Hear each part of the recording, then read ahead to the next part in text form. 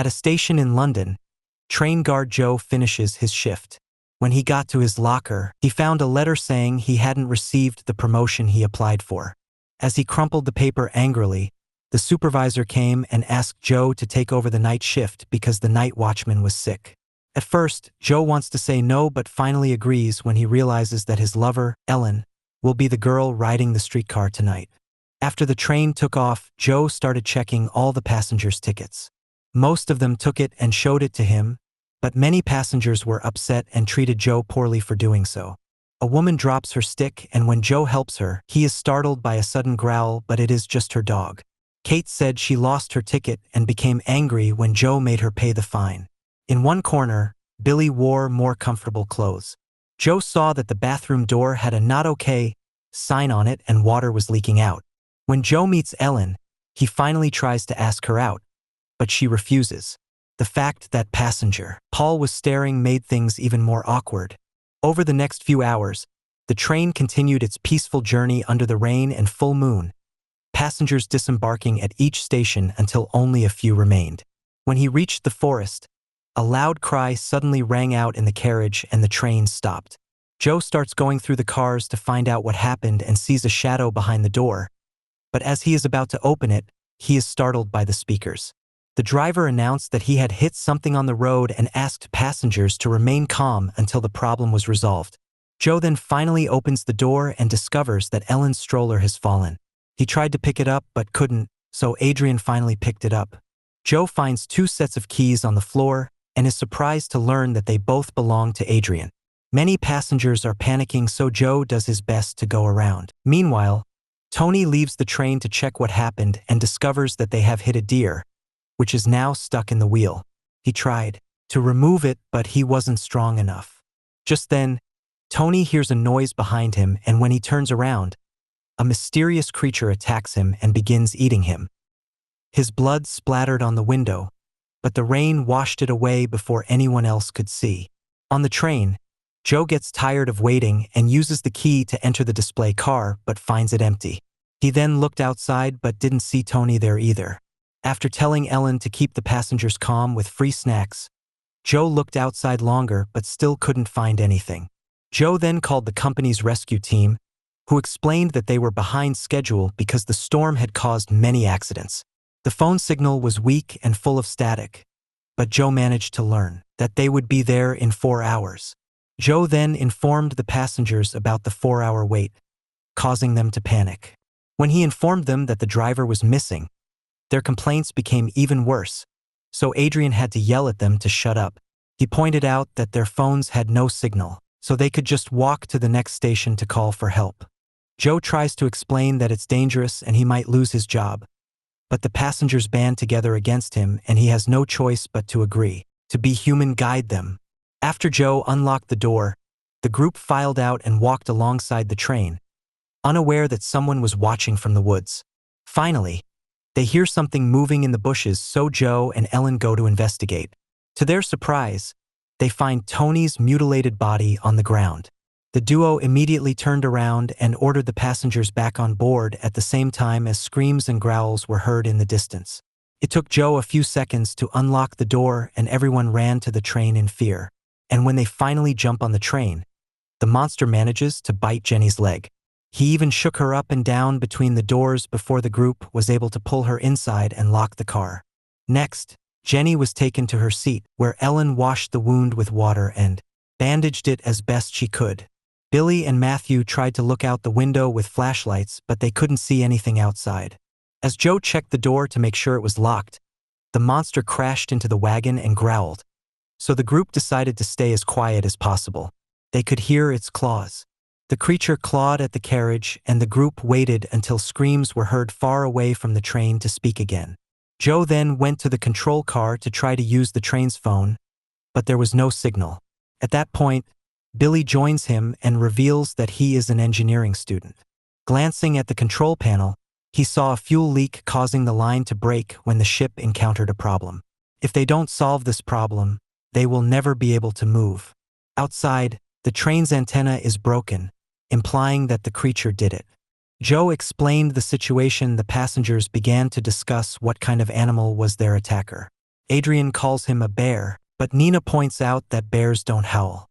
Jenny said it wasn't an animal but something more human, but everyone thought it was a shocking statement. Suddenly, they hear noises from inside another car and fear that the monster is trying to break in. Joe grabs a fire extinguisher and leaves with Billy and Adrian to investigate. They carefully walked over to the car and discovered that the noise was coming from the bathroom. When Adrian was about to knock on the door, Joe unlocked the door and saw Paul fall. It turned out he had been trapped there since before the accident. The four boys returned to the group and Paul learned the whole story. But instead of being frightened about the monster, he was sad that he had missed his stop. Some time later, they checked Jenny's wound and noticed that the wound was getting worse and she also had a fever. Kate notices that Nina is young and scared, so she talks to her to comfort her with some stories about her stepdaughter. Suddenly, this creature knocked on the door again and jumped onto the roof, causing the train lights to go out. Just then, Nina's phone received a signal and she received a call from her mother. But when she tried to ask for help, the creature crashed through the window. He grabbed Nina's leg and pulled her out while she screamed. So Kate tried to grab his hand to help him.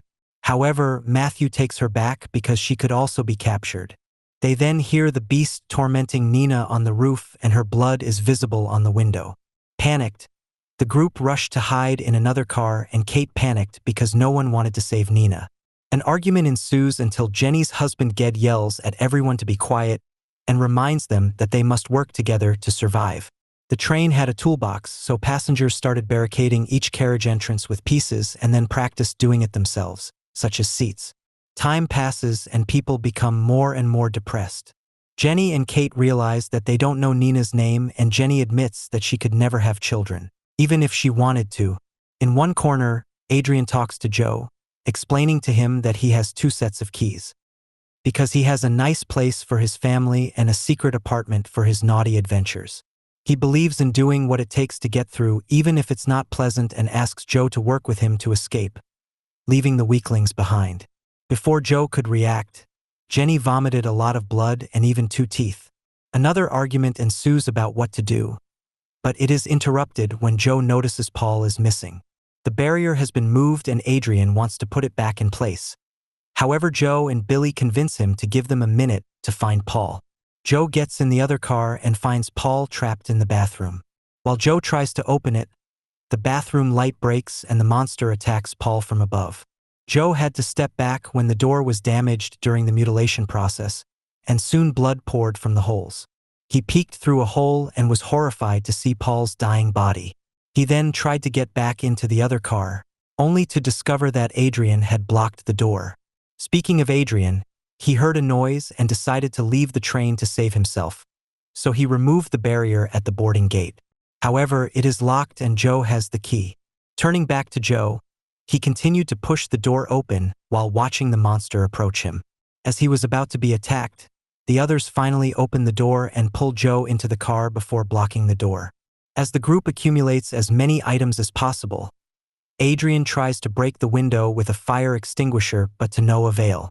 Unfortunately, the monster was too strong and broke through the fence, causing Ellen to freeze to death. Luckily, Joe acted quickly and pulled her out of the way before the monster could injure her. The creature then tries to attack Joe, and when it roars in his face, Ellen stabs him. The monster immediately turned around and punched her and sent her flying, so the guys took the opportunity to rush at him from behind to start hitting and stabbing him with whatever objects were available. Billy is grabbed by the neck and pushed towards the ceiling, before being released when Adrian hits the creature with a fire extinguisher. Just then, Matthew walked in holding a fire axe and began hitting the monster over and over again until it died. Kate had to get rid of Matthew because he was depressed. A few seconds later, the group took a closer look at the creature and noticed a ring on its finger. As Jenny said, he looked so much like a human that Matthew concluded that he was a werewolf. Adrian remembers that people who are bitten also transform, and now everyone is wary of Jenny. While some passengers covered the bodies, Ged told the story of a train that derailed in the area many years ago.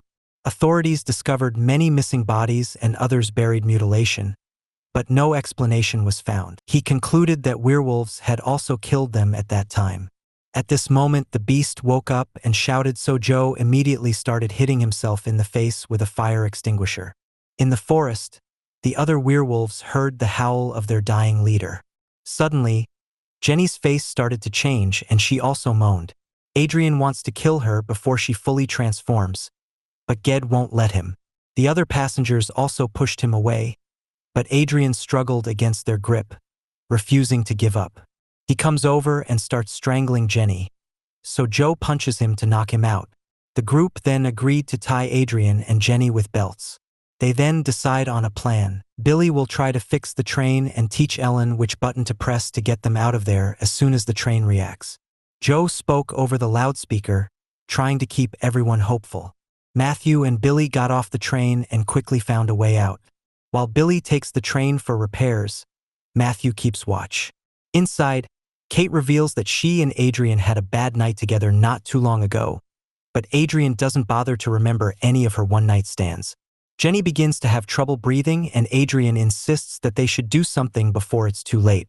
Just then, Matthew hears noises in the woods and goes to investigate, leaving Billy without a light. In the woods, Matthew hears Nina's cries for help and follows her voice, but only finds her body on top of a tree devoured by a werewolf. Terrified, Matthew tried to run away, but the werewolves soon surrounded him.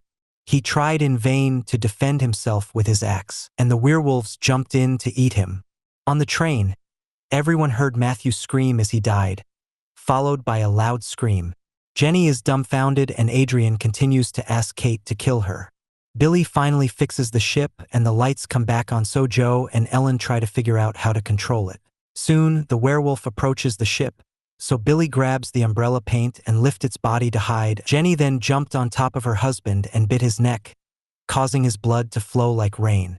While Jenny tries to chase after Adrian, Billy tries to hang on and accidentally ruins the repairs he made, causing the train to stop again.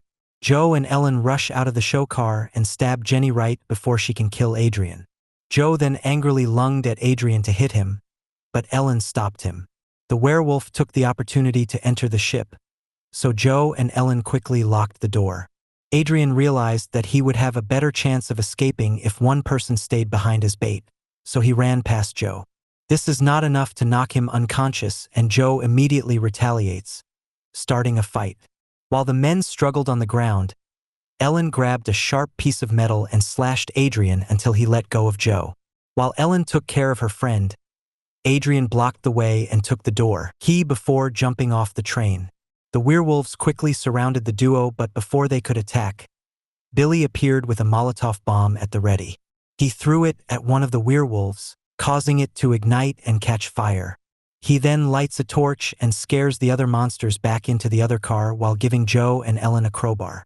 This allows the duo to force the door open and jump out of the train while Billy is also captured and killed. As Ellen and Joe ran through the woods, they could hear the werewolf chasing them. Deciding it was too late, Joe kissed Ellen before telling her to leave as he would stay as a distraction.